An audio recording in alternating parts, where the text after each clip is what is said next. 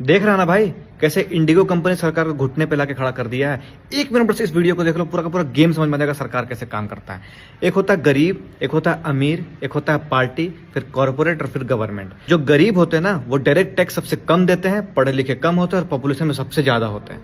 जो अमीर होते हैं वो डायरेक्ट टैक्स सबसे ज्यादा देते हैं, पढ़े लिखे ज्यादा होते हैं और पॉपुलेशन में कम होते हैं। फिर आती है पार्टी। पार्टी वो होता है जो इलेक्शन लड़ता है और फिर सरकार बनाता है। फिर आता है कॉर्पोरेट, जैसे अडानी जी हो गए, अंबानी जी हो गए, विप्रो हो गया। उसके बाद आता है गवर्नमेंट। जो पार्टी इलेक्शन जीत जाता है वो गवर्नमेंट बना लेता है। अब पार्टी वाला को इलेक्शन लड़ने के लिए चाहिए होता है पैसा, वो पैसा कौन देता है? कॉर्पोरेट। और कॉर्पोरेट बोलता है कि जब तक सरकार बन जाएगा तो मेरा हेल्प करेगा ना भाई? तो बोलता है हाँ भाई तेरा हेल्प करेंगे। तो पार्टी वाला कॉर्पोरेट से पैसा लेकर प्रचार करने कहाँ जाता है? गरीब के पास। अमीर के पास नहीं जाता, क्योंकि अमीर के पास जाएगा तो वो नखरा करेगा कि मेरे लिए स्कूल बनवाना, हॉस्पिटल बनवाना, यूनिवर्सिटी बनवाना, एयरपोर्ट बनवाना, और एक तो पॉपुलेशन में भी कम है। तो वहां ना जाकर कहाँ जाता है? गरीब के पास। गरीब ना रोड मांगता है, ना स्कूल मांगता है, ना यूनिवर्सिटी मांगता है।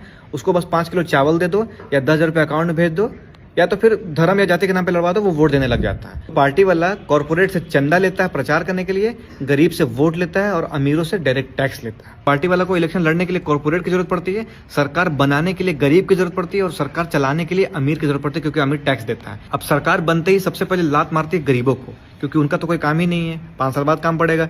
फिर इग्नोर करती है अमीरों को। क्यों? क्योंकि वो वोट बैंक नहीं है, और टैक्स का क्या, टैक्स तो ले ही लेंगे। फिर आता है कॉर्पोरेट, बोलता है भाई इलेक्शन में हेल्प किए थे ना, मेरे लिए तो काम कर। तो वो बोलता है हाँ भाई हाँ, बता क्या करना है। मेरे लिए ऐसा पॉलिसी बनाओ कि मेरा मार्केट में मेरा ही दबदबा बन जाए। तो सरकार फिर ऐसा फेवरेबल पॉलिसीज बनाती है कि उस कंपनी का पूरा मार्केट में कब्जा हो जाता है। जैसे जियो हो गया, एयरटेल हो गया, एग्जाम्पल दे रहे हैं। ऐसा कोई बंदा नहीं होगा जिसके पास एयरटेल या जियो का सिम नहीं होगा, और बाकी सब खत्म हो गया, एयरसेल, टाटा डोकोमो। और इसके वजह से जो कंपनी है, कॉर्पोरेट है, उसका पूरा मार्केट में पकड़ बन जाता है, मोनोपोली हो जाता है। अब लोग के भाषा में वही कहानी है कि power corrupts and absolute power corrupts absolutely. Company वाले हैं वो तो पावरफुल बन गए हैं, उनका मार्केट है पूरा कब्जा है। तो सरकार सोचती है कि चलो एक रूल ले आते हैं कि भाई सुनो, इससे बेसी तुम अपना रिचार्ज का रेट मत बढ़ाना, कि भाई ये सब हम नहीं मानेंगे। सरकार बोला क्या बोला?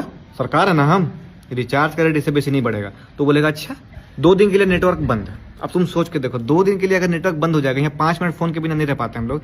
2 दिन अगर नेट काम नहीं करेगा, कॉल काम नहीं करेगा, पूरा रोड में हाहाकार मच जाएगा, पूरा केओस क्रिएट हो जाएगा और सरकार पे दबाव बन जाएगा।